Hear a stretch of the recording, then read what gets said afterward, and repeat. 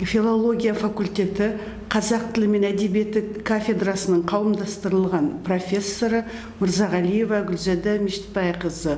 Бүгінгі дәрісіміз 20 ғасыр басындағы қазақ әдебиеті Сәбит Дөнентаевтың өмірі мен шығармашылығы. Сәбит Дөнентаев 20 ғасырдың басында қазақ әдебиетінің тарихында іргелі орны бар ағартушы демократ ақындардың бірі. Ол өзінің шығармаларында еңбекші халықтың өмірін және совет дәуірінің шындығын социалистік реализм әдісімен жырлаған талантты ақын. Оның малшы отбасынан шығуы әрі репрессиядан бұрын сүзек ауруынан мезгілсіз көз жұмуы кеңес өкіметі тұсында қақпайлауға ілінбеуіне себеп болды. Соның өзінде ауылдан шыққан қатардағы ұлтшыл атанды. Кеңес дәуіріндегі әдебиетте оның саяси азаматтық лирикасымен жазылған өлеңдері сөз болмады. Тек қана сатиралық өлеңдері дәріптелді. Жалғыз ұл болғандықтан әкесі оның әуелі ескіше хаттануына, кейін Павлодарда Қасым Қажы медресесінде оқуына жағдай жасайды. Сол кезде Абай Құнанбаев пен татар халқының классик ақыны Ғабдолла Тоқайдың өлеңдерімен танысады. Сәбит Дөнентаев 1894 жылы Семей облысының Павлодар уезінде Ақсу болысында туған. Әкесі Дөнентай кедей еді. 1917 жылғы патшаны тақтан құлатқан ақпан көтерілісі Рига маңында қара жұмыс істеп жүрген Сәбиттің ауылға қайтуына себеп болады. Сондықтан патшаның тақтан құлауы отаршылдықтан құтылу деп ойлап, жаңа заман үніне сенеді.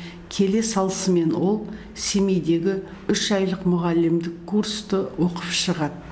Орыс тілін үйренуге ден қойып, басқа тілдегі әдебиетпен таныса бастайды. Сонымен қатар Абай мен Салтыков-Щедрин шығармаларына айрықша көңіл бөледі.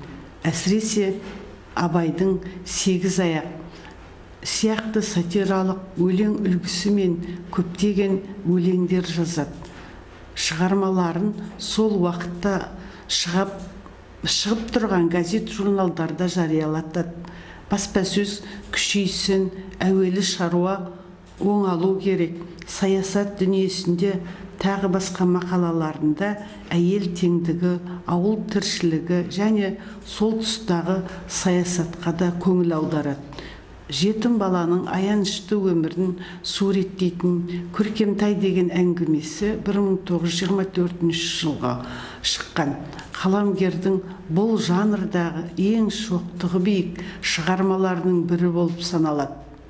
Ал Сәбит Дөнентайұлының өлеңдерінің басым көпшілігі саяси азаматтық лирикадан тұрады. Бірлік деген өлеңінде әйтеуір бірлік қылып басыңды қос, содан соң әр мұраттан қалмасын бос.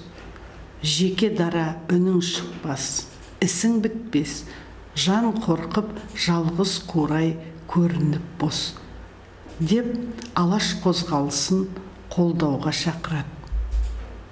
Сәбит Дөнентаев Қасым Қажы Ертісбаевтың медресесін бітірген соң өлең жазу бастады.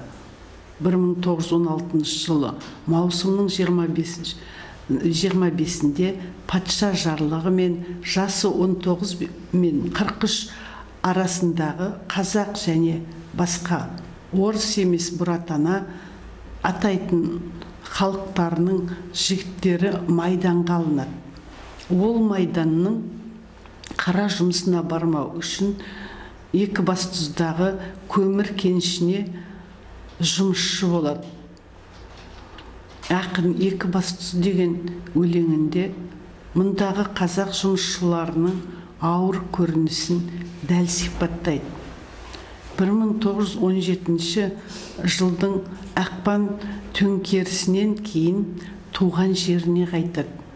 ақпан төңкерісін қолдап басқа алаш азаматтары мен ұлт азаттық қозғалысына қосылып қазақ халқына автономия беруіне, халқының өмір деңгейі көтеруіне, өзгеріс пен дамуына шақырады. Сәбит Дөнентаевтың поэзиясы терең мазмұнды, ойлы болумен бірге көркемдік қырлары мен өзіндік өзгешеліктерімен де ерекшеленеді. Ең алдымен ақынның көптеген өлеңдерінде нақтылық сипат, тұжырымдылық басым. Оның поэзиясының тілі таза, қарапайым және сонымен бірге бейнелі де көркем. Сәбит поэзиясында сырттай жарқылдақтық, асқақ лептілік жоқ. Ол өмір шындығын боямасыз қалпында, реалистік сарында суреттейді. Ақын ойға жомарт, сөзге сараң болуға көп көңіл бөледі. Кеңес үкіметі орнаған соң Сәбит Дөнентаев жаңа үкіметін қолдайды. Ол қазақ халқына басқа халықтармен тең құқықтарын береді. Қарапайым шаруасының өмірін өзгертеді. Жесір жетімдердің қамын ойлайды деп сенеді. Мектептерде мұғалім болып жұмыс істейді. Үгіт насихат жасайды. Сауатсыздардың көзін ашады. Ондай ағартушылық сол кезде керек еді. Өз уақытында Ахмет Байтұрсынов, Міржақып Дулатов, тағы да басқа ағарту саласында мұғалім ағартушы болып мектептерде сабақ берген. Ақындық қызметі екі кезеңге бөлінеді. Бірінші кезеңі 1912-1918 жылдар аралығы. Екінші кезең кеңес дәуіріндегі шығармашылығы. Яғни 1918-1928 жылдар арасы. Уақ-түйек жинағында жарияланған өлеңдерімен ақ ол өзінің мысал жанрының анық шебер екендігін таныта білді. Мектеп бағдарламасына ақынның төл шығармасы Бозторғай енгізіліп, үнемі оқытылып келеді. 1917 жылдан кейін Сәбит Дөнентайұлы сатираға бір жола ден қояды. Ол өлең, фельетон жанрының негізін қалады. Ол қоғамдағы келеңсіздіктерді ашық түрде айта алмағанымен сатира жанры арқылы өз ойын бүркемелеп жеткізді. Сәбит зерттеген Абай шығармалары. Сәбит кемеңгер Абайдан көп үйренген ақындардың бірі. Абайға деген өлеңінде былай деп жазады: қараңғыда туып ең, қара бетті жуып ең, таба қылмай дұшпанға қолға ұстаған туымыз, қанат құйрық бойымыз, қонғанда да ұшқанда. Құрмет етіп затыңды, бетке ұстаймыз атыңды. Тұтастай алғанда бұл өлеңнен Сәбиттің Абай поэзиясының идеялық бағытын, әлеуметтік сырын дұрыс бағдарлағанын көреміз. Сонымен бірге Сәбиттің Абайдан тікелей үйренгендігінің де айғағы. Яғни бұл өлең Абайдың 8 аяғының үлгісінде соның өлшемін, ұйқас түрін сақтап жазылғандығы даусыз. Тек бұл емес, атылғандарға, жүрекке, ескі болыстың тәубасы, темірге, ерікті Айша, кемшілікте бір жыл өтті тәрізді және басқа да көптеген өлеңдерін Сәбит Абай поэзиясындағы әр алуан формаларды пайдалана отырып жазған.